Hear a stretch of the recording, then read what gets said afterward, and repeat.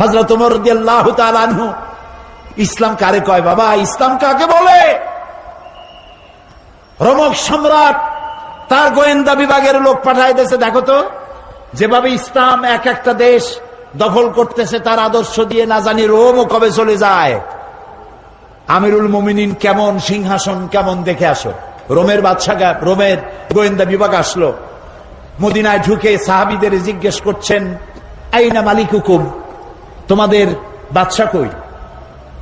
তারা বলল যে আমাদের জন্য কোনো বাদশা হয় না, বাল্লানা আমির, আমাদের জন্য একজন আমির হয়। আচ্ছা হলো আমির, সেই আমির কই? কয় যে কোথায় তা জানি না, তবে শুনেছি ওনার উট হারায় গেছে, উট তালাশ করতে গেছে। আশ্চর্য কথা, আমিরুল মুমিনিন অর্ধেকটা পৃথিবীর প্রেসিডেন্ট, উট হারায় গেছে, তালাশ করতে গেছে নিজে। কোন দিকে গেছে? কয় শুনছি এই দিকে গেছে। গোয়েন্দা বিভাগের প্রধান সেই দিকে গেল, যাইয়া দেখতে পেল সাথে একটা লোক গেছিল, যাইয়া দেখে একটা উট গাছে বাঁধা, আর গাছের তলে একটা লম্বা মানুষ শোয়া। যখন শুইছিল তখন হয়তো গাছের ছায়াটা ছিল, বেলা গড়ে গেছে, গাছের ছায়া সরে গেছে, রোদের মধ্যে হাত মাথার তলে দিয়া শোয়া, উট বান্ধা, আর কপালের ঘামে মাথার নিচের বালি ভেজা।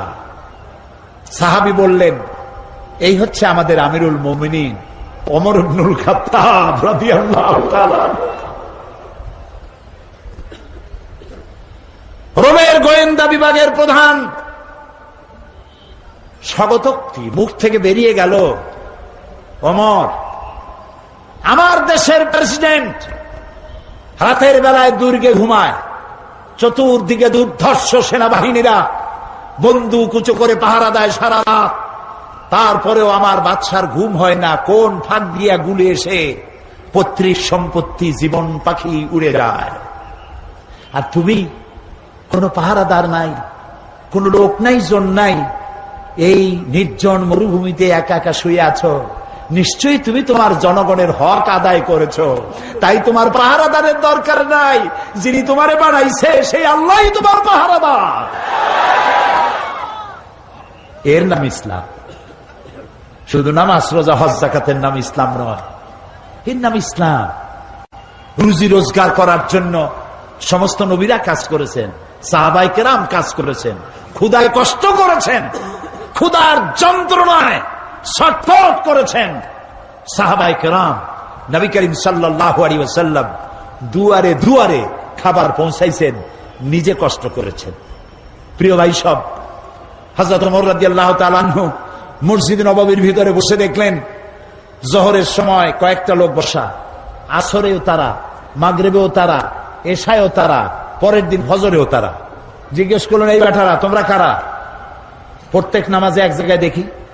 বলল যে আমরা আল্লাহর ইবাদত করি, জিকির আজকার করি।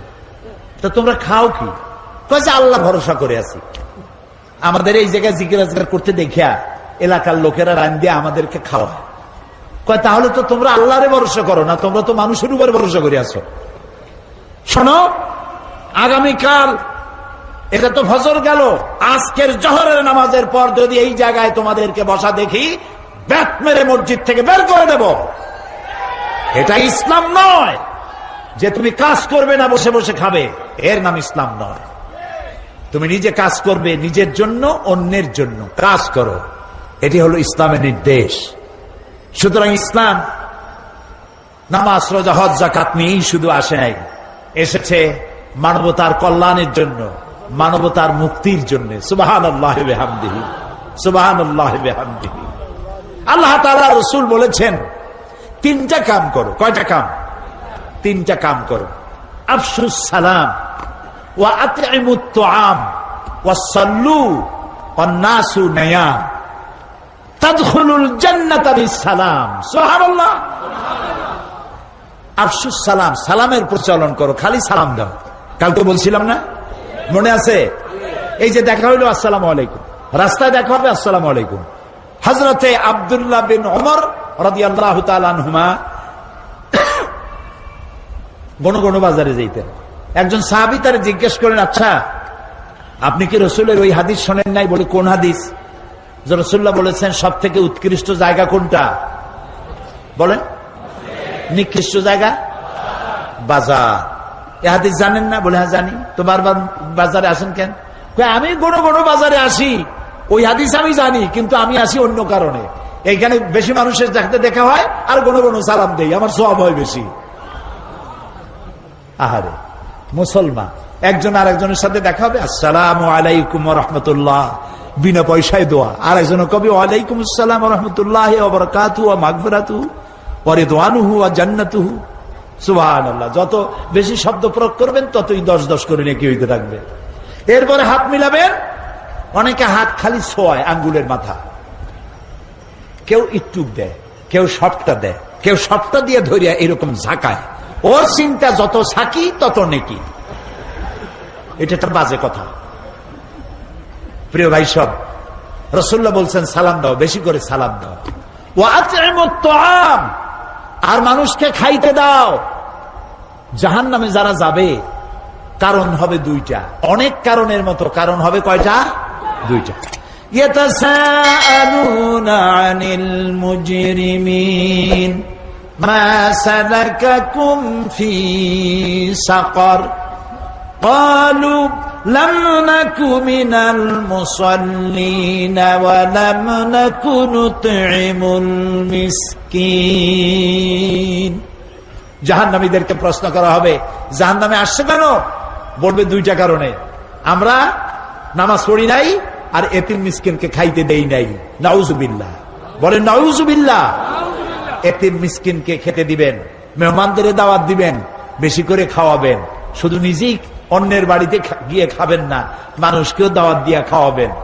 তাহলে মহব্বত বাড়বে। কি বাড়বে? মহব্বত বাড়বে। আর একটা কি? ওয়াসাল্লু ওয়ান নাসু নিয়াম, আর নামাজ পড়তে দাঁড়াও ওই সময় যখন মানুষেরা সব ঘুমাইয়া যায়। কোন সময়? রাতে। রাতের কোন অংশে? অর্ধেক, এরপরে অথবা তৃতীয় অংশে। এই সময় নামাজটা কেন? কারণ আল্লাহর কাছে, মানুষের কাছে, সব মুমিনের কাছে সব থেকে প্রিয়তম কে? সবাইকে বলতে হবে কে? সুতরাং মানুষ যখন প্রেম করে, ভালোবাসা করার জন্য নোটিশ দেয় না, বিজ্ঞাপন ছাপায় না, রেডিও টেলিভিশনে বিজ্ঞাপন দেয় না। প্রেম করে কিভাবে? গোপনে। গোপনে প্রেম করার জন্য আল্লাহর সাথে দিনের কোলাহল আল্লাহ বন্ধ করে দেন। আল্লাহ রাব্বুল আলামিন বলেন, ওয়াজআলনান নাহারা মাআশা, দিন বানিয়েছি রুজি রোজগার করার জন্য, রিজিক কামাই করার জন্য। ওয়াজআলনাল লাইলা লিবাসা ওয়াজআলনা নাওমাকুম সুবাতা, রাত বানালাম আমি তোমাদের জন্য শান্তির বাহন করে, আচ্ছাদন দিলাম, ঘুমকে বাহন করলাম। এই সুন্দর রাতে সব মানুষ ঘুমিয়ে গেছে, বান্দা এই সময় ঘুমের থেকে জাগো, আমারে সেজদা দাও, সেজদার ভিতরে তোমার যা বলার আছে আমারে বলো। আল্লাহ রাব্বুল আলামিন চতুর্থ আসমানে এসে যান অথবা প্রথম আকাশে আসেন। हर हमेशा देने को वो तैयार है, हर हमेशा देने को वो तैयार है, जो न मांगे उससे वो बेजार है। সব সময় দিতে প্রস্তুত আল্লাহ রাব্বুল আলামিন, যে চায় না আল্লাহ রাব্বুল আলামিন তার প্রতি নারাজ হয়ে যায়। গভীর রাত্রি সিজদার ভিতরে গিয়ে মানুষ যখন কাঁদতে থাকে, আল্লাহ রাব্বুল আলামিন ফেরেশতাদেরকে জিজ্ঞেস করেন, আমার ফেরেশতারা পৃথিবীতে মানুষ যখন সব ঘুমানো, আমার এই বান্দাগুলি কান্দে কেন, বান্দিরা কান্দে কেন? ফেরেশতারা বলে, রব্বুল আলামিন ওরা গুনাহ করেছে, তোমার কাছে মাপ চায়, জাহান্নাম থেকে মুক্তি চায়। আল্লাহ প্রশ্ন করেন, ওরা আমার জাহান্নাম দেখেছে নাকি, আমারে দেখেছে নাকি, বেহেশত দেখেছে নাকি? তারা বলবে না, দেখে নাই। রব্বুল আলামিন বলেন, ও আমার ফেরেশতারা, আমার এই বান্দাগুলি আমারে দেখে নাই, ফেরেশতা দেখে নাই, জাহান্নাম দেখে নাই। হাসর নসর কিছুই দেখে নাই, শুধু আমার কোরআনের কথা, আমার নবীর কথা বিশ্বাস করে যেভাবে তারা কাঁদতেছে, তোমরা সাক্ষী থেকে যাও, আমার এই ক্রন্দনরত বান্দাগুলিরে আমি মাফ করে দিলাম। সুতরাং নবীজির কথা মতো যারা সালামের প্রচলন করবেন, মেহমানদের খাওয়াবেন, রাতের বেলায় জেগে নামাজ আদায় করবেন, আল্লাহ রাব্বুল আলামিন তাদেরকে, নবীজি বলেন, তাদখুলুল জান্নাতা বিসসালাম, আল্লাহ তাআলা শান্তির সাথে তাদেরকে জান্নাতে প্রবেশ করাবেন।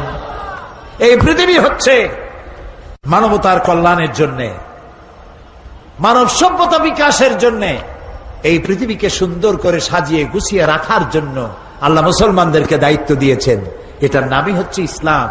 ইসলাম মানবতার কল্যাণ নিয়ে এসেছে, ভালোবাসা নিয়ে এসেছে, মোহব্বত নিয়ে এসেছে। ক্ষমতায় যাইয়া মন্ত্রী হবেন, এমপি হবেন, খাওয়ার চোটে এক একজনের পেট 3টা তরমুজের সাইজ হয়ে যাবে, এই জন্য ক্ষমতায় যাওয়া নয়।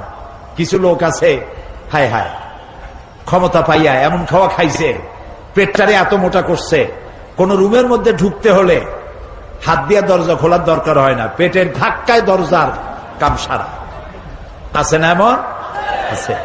হযরত ওমর রাদিয়াল্লাহু তাআলা আনহু রাসূলের শিক্ষায় শিক্ষিত, কোরআনের শিক্ষায় শিক্ষিত আমিরুল মুমিনিন, রাতের বেলায় ঘুরছেন, প্রজা পুঞ্জরা খাইয়ে আছে না না খেয়ে আছে, ইসলাম কারে কয়? তিনি দেখতে পেলেন একটা বাড়ির ভিতরে একটা পুরুষ বারবার ঢোকে আর বের হয়, ঢোকে আর বের হয়, গভীর রাত। গিয়ে প্রশ্ন করলেন, এই মিয়া, তুমি এই বাড়ির মধ্যে বারবার ঢোকে আর বাইর হও কেন? তুমি কেডা? কয় যে পথিক, আমি তো এই বাড়ির মালিক, তাই বারবার ভেতরে ঢোকার বাইর হও কেন? বলছে পথিক সে চেনে নাই আমিরুল মুমিনিনকে। বলছে আমার মতো বিপদে জীবনে কেউ পড়ে নাই। বলে কিরকম? আমার ঘরে আমার বউ আসন্ন প্রসবা, এখনই বাচ্চা হবে, আমার ঘরে কোনো পুরুষও নাই, আমি ছাড়া কোন মেয়ে লোক নাই, আর আমি এই বিষয় সম্পূর্ণ অনভিজ্ঞ, কিছুই জানি না, আমার স্ত্রীর কষ্ট, আমার জীবন বেরিয়ে যাচ্ছে, আমি কোনো সাহায্য করতে পারছি না। হযরত ওমর রাদিয়াল্লাহু তাআলা আনহু বলছেন, অপেক্ষা করো, দেখি আমি তোমার কোনো সাহায্য করতে পারি কিনা। গোটা পৃথিবীর অর্ধেকটা পৃথিবীর প্রেসিডেন্ট, খলিফাতুল মুসলিমিন, আমিরুল মুমিনিন দৌড় দিলেন।